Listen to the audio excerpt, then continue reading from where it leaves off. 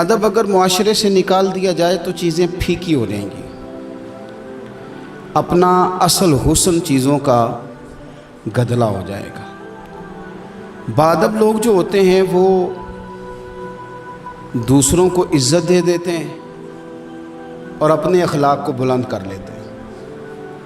جب آپ کسی کا احترام کر رہے ہوتے ہیں تو آپ اسی کو نہیں کچھ دے رہے ہوتے، آپ اپنی عظمت کا بھی اظہار کر رہے ہوتے ہیں۔ کسی کو عزت دیتے وقت آپ کے اخلاق کا بھی پتہ چل رہا ہوتا ہے۔ اخلاقی قدریں مضبوط ہوتی ہیں احترام کرنے سے۔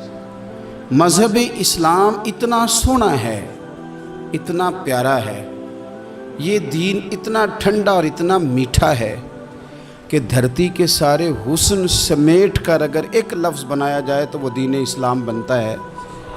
یہ دین اتنی خوبصورتیاں بانٹتا ہے، اگر دین اسلام کی مختلف تشریحات کرتے کرتے یہ کہہ دیا جائے نا کہ یہ دین ادب والا دین ہے، احترام والا دین ہے، توقیر والا دین ہے، ہر شخص کو مناسب عزت، یعنی نبی پاک علیہ السلام نے استاد کی عزت بیان کی، باپ کی عزت بیان کی، بوڑھے کی عزت بیان کی، امام کی عزت بیان کی، عالم کی عزت بیان کی۔ کچھ بھی نہیں تھا، بالکل ان پڑھ تھا، سادہ تھا، پر مزدوری کر رہا تھا، حلال کما رہا تھا، ہاتھوں پہ چھالے تھے، قربان جائیں۔ میرے محبوب نے فرمایا یہ جو حلال کما رہا ہے نا یہ بھی اللہ کا دوست ہے۔ اس کا بھی احترام بیان کر دیا، اس کا اکرام بھی بیان کر دیا۔ تو نے ہر شخص کی قسمت میں یہ عزت لکھی اور آخری خطبے کی صورت میں وصیت لکھی۔ نبی کریم صلی اللہ علیہ وسلم نے لوگوں کو احترام دیا، اللہ کے محبوب علیہ الصلوۃ والسلام۔ آپ دیکھیے حضور نے اس عورت کی بھی فضیلت بیان کی جس کے گھر کے اندر اولاد پیدا ہوتی ہے، اور اس کی بھی فضیلت بیان کی کہ جس گھر کے اندر اولاد پیدا ہوتی ہے پر جلدی چلی جاتی ہے، انتقال ہو جاتا ہے کسی بچے کا خدا نہ خواستہ، اس کی بھی فضیلت بیان کی کہ جس کا خاوند موجود ہے اور وہ خاوند کی خدمت کرتی ہے، اور اس بیوی کی بھی فضیلت بیان کی جس کا خاوند انتقال کر گیا پر وہ اپنے بچوں کی پرورش کرتی ہے۔ حضور فرماتے ہیں سب سے پہلے جنت میں مجھے وہ عورت نظر آئے گی۔ تو ہر شخص کے لیے حضور نے احترام بیان کیا، اکرام بیان کیا۔ ہم نے چونکہ بدگمانیاں پیدا کرنی شروع کر لی ہیں تو معاشرے کے اندر بسنے والے لوگوں کے بارے میں ہمارے دلوں میں مختلف وسوسے آ جاتے ہیں، مختلف وسوسے۔ کسی بھی شعبے کے کسی بھی آدمی کے بارے میں کوئی 2 4 5 باتیں اپنے ذہن میں اکٹھی کر کے یا کانوں میں کسی نے وہ بات ڈال دی تو ہم ذہن بنا لیتے ہیں کہ یہ گاڑیاں چلانے والے تو بندے ٹھیک ہی نہیں ہوتے، یہ جناب پولیس کے محکمے کے لوگ تو درست ہوتے ہی نہیں، فلانے محکمے کے لوگ تو ہوتے ہی خراب ہیں، ذہن بن جاتا ہے۔ پھر آہستہ آہستہ ادب انسان کے دل سے رخصت ہوتا ہے۔ ہمیں دین نے ادب سکھایا، احترام سکھایا۔ میرے رسول کریم علیہ الصلوۃ والسلام کی وہ ذات بابرکات ہے، ہمیشہ یہ ہوتا تھا کہ چھوٹے بڑوں کا ادب سکھاتے تھے، پر یہ واحد دربار مصطفیٰ ہے کہ جس کے آداب خود رب کریم نے بیان فرمائے۔ فرمایا یا ایھا الذین آمنوا لا ترفعوا اصواتکم فوق صوت النبی۔ آپ کبھی آیت کے انداز پر غور کریں، کہا اے ایمان والو تمہاری آوازیں میرے نبی کریم علیہ السلام کی آواز سے اونچی نہیں ہونی چاہیے۔ بندے کی آواز کا کوئی والیوم ہوتا ہے کہ اب 3 پہ آواز ہے، ٹیپ ریکارڈر کا تو والیوم ہوتا ہے نا کہ 1 پہ ہے، 2 پہ ہے، 6 پہ ہے، تو آواز کا والیوم ہوتا ہے کہ یہ کتنے پہ ہے۔ آواز تولی جا سکتی ہے کہ میری آواز کا وزن اس وقت 1.5 پاؤ ہے، آدھا کلو ہے، 5 چھٹانک ہے، کوئی ہوتا ہے وزن؟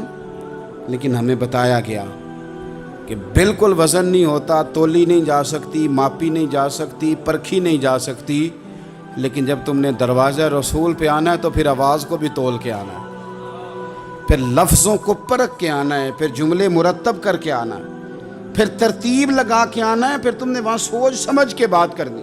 عزیز بھائی، ادب، احترام، اکرام، ہم نے نا احترام دینا چھوڑ دیا ہے، تنقید کرنی شروع کر دی ہے۔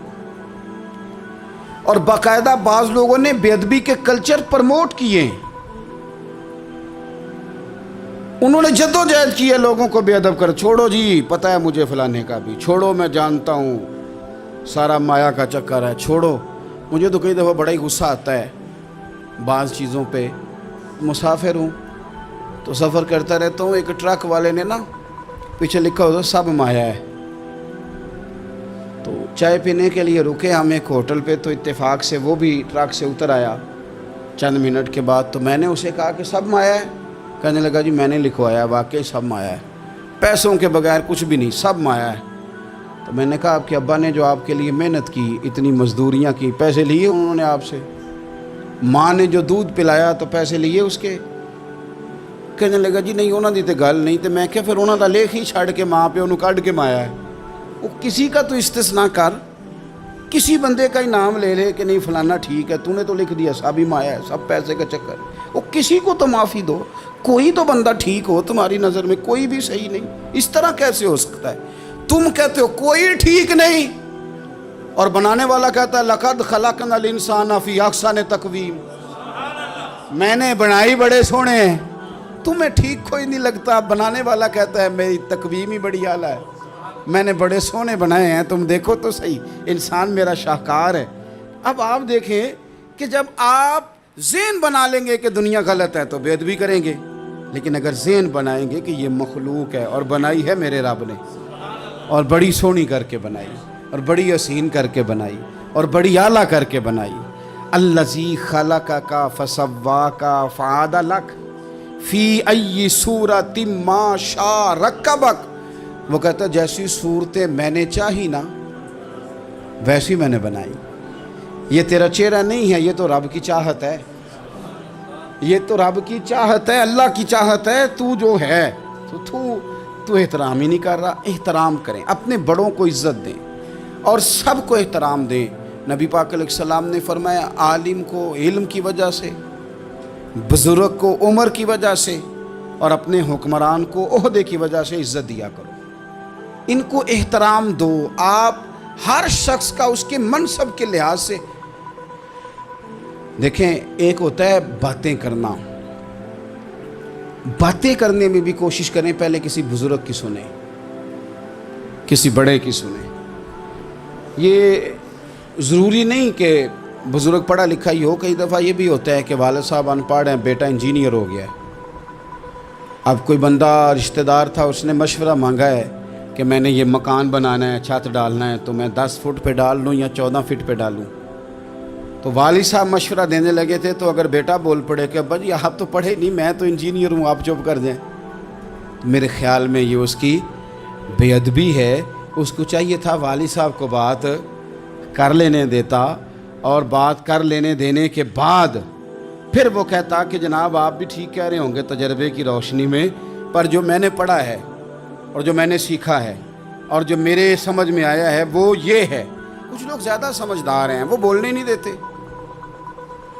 وہ ساری باتیں کر جاتے ہیں، خود ہی سب کچھ بیان کر جاتے ہیں، سوال بھی اپنا، جواب بھی ان کا اپنا، معاشرہ پڑھا بھی انہوں نے سارا ہی ہے، سمجھ بھی انہیں ساری ہے، یعنی ساری بات ہی خود سنا کے وہ کہتے ہیں جی ویسے ہمیں پتہ تو ہے، ہونا تو یہی ہے، پتہ تو ہمیں ہے ہوتا کیا ہے، لیکن چلے آئے ہیں تو آپ بھی کچھ بتا دیں۔ تو کئی دفعہ دل کرتا ہے کہ بندہ ان سے کہ میاں جب سارا پتہ ہی ہے تو پھر فیصلہ بھی لے لینا چاہیے تھا، پھر آپ کو کوئی ڈیسیژن کر لینا چاہیے تھا، پھر کہیں آنے جانے کی ضرورت کیا تھی؟ یہ چیزیں انسان کو اخلاقی کمزوری میں مبتلا کرتی ہیں۔ میرے نبی پاک صلی اللہ علیہ وسلم دیکھیے سمجھاتے کس طرح سے ہیں۔ 3 صحابی حضور کی بارگاہ میں حاضر ہوئے، حضرت سیدنا محیصہ بن مسعود، حضرت خویصہ بن مسعود، حضرت عبد الرحمن بن سہل۔ حضرت عبد الرحمن بن سہل جو تھے وہ ان سب سے نا عمر میں چھوٹے تھے، یہ 2 بڑے تھے۔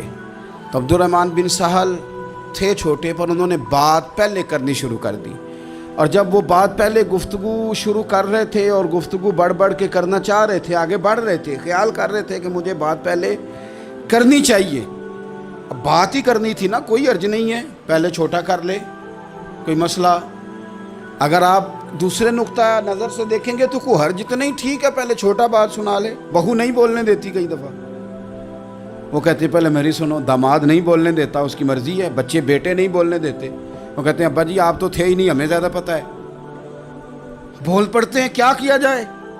لیکن 3 صحابہ آئے ہیں، حضرت عبد الرحمن بن سہل چھوٹے تھے، انہوں نے بات حضور کو پہلے سنانی چاہیے، حضور تو سب کے نبی ہے نا، اور سرکار نے تو سب پر کرم نوازی کرنی ہے، سننی ہے، وہ پہلے سنانے لگے تو حضور نے روک دیا، فرمایا آپ ذرا ٹھہر جائیں، ابھی آپ بات نہ کریں، پہلے بڑوں کو بات کر دیں۔ یہ تعلیم بیان فرمائی کہ گفتگو میں بڑوں کو پہلے موقع دیا جائے گا، بڑے کیا کہتے ہیں ان کی بات پہلے سنی جائے گی، ان سے پہلے پوچھا جائے گا کہ معاملہ کیا ہے۔ ہم بزرگوں کو موقع نہیں دیتے۔ میں بڑے درد کے ساتھ یہ بات عرض کرتا ہوں، ہمارے نوجوانوں نے نا بزرگوں کو ریٹائر کر کے کونوں کے ساتھ لگا دیا، کوئی مشورہ نہیں کرتے، فیصلے کر کے بتاتے ہیں۔ اگر بزرگوں کی رائے کبھی لی جائے، میرے ابا جی کبھی شام کو نکلتے وقت میں یا میرا کوئی بھائی کہتا نا کہ کہیں کام سے جا رہے ہیں تو والد صاحب فرمایا کرتے پوچھ کے چلے ہو کہ 10 کے چلے ہو؟ نہیں سمجھ آئی بات، پوچھ کے چلے ہو کہ؟ تو وہ پوچھتے ابا جی یہ پوچھ کے 10 کے دا کی فرق ہے؟ تو والد صاحب فرماتے کہ پوچھ کے جانے دا مطلب ہے کہ جے تسی اجازت دیں دے ہو تے جائیے۔ کہنے نے پتر پھر شاید میں تانوں آکھاں کہ رات پہ گئی ہے، شام ہو گئی ہے، میرا دل نہیں، تسی باہر نکلو۔ تو جے تسی صرف 10 کے چلے ہو تے پھر اساں کی کر لینا ہے؟ پھر تو تساں فیصلہ کر لیا، ہن تساں آج کل بوڑھے چپ کر گئے ہیں۔ میں درد سے بات کرتا ہوں، بزرگ خاموش ہو گئے، اس لیے کہ بچے پوچھ کے نہیں جاتے، بچے بتا کے جاتے ہیں۔ وہ کہتے ہیں میں جا رہا ہوں، انہوں نے فیصلہ کر لیا، طے کر لیا ہے جانا ہے۔ اگر کبھی ان سے پوچھا جائے، اگر ان کو احترام دیا جائے، میں بڑی دفعہ کہتا ہوں، پھر کہتا ہوں کہ شاگرد پجاروں پہ بیٹھا ہو نا اور پی ایچ ڈی کر گیا ہو، اور استاد میٹرک پی ٹی سی ہو اور ابھی بھی سائیکل ہی چلاتا ہو، تو آئے کبھی رستے میں ملاقات ہو جائے شاگرد کی استاد سے، اور شاگرد پجاروں سائڈ پہ کھڑی کر کے اپنے استاد صاحب کو پہلے سلوٹ کرے، اور پھر وہ کہے کہ استاد جی لڑکا لے آتا ہے سائیکل، آپ پجاروں پہ بیٹھے، میں گھر چھوڑا ہوں آپ کو۔ استاد صاحب نے جانا بعد میں سائیکل پہ ہی ہے، ان کا نہیں بیٹا اللہ تیرا بھلا کرے، اللہ تجھے اور لمبی عمر دے، اللہ تجھے اور ترقیاں دے، اس نے سائیکل پہ ہی دوبارہ بیٹھنا ہے۔ لیکن جب وہ استاد دوبارہ سائیکل پہ بیٹھتا ہے تو اسے یوں محسوس ہوتا ہے کہ میرا سائیکل پجاروں سے مہنگا ہے، کیونکہ پجاروں تو سلوٹ کرتی ہے میرے سائیکل کو۔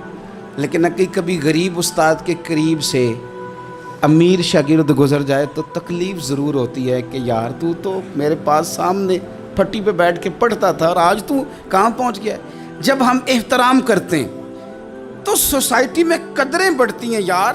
لوگوں کو کیا مثلاً فرق پڑے گا اگر آپ اماں کو راضی کر لیں؟ کیا ہوگا؟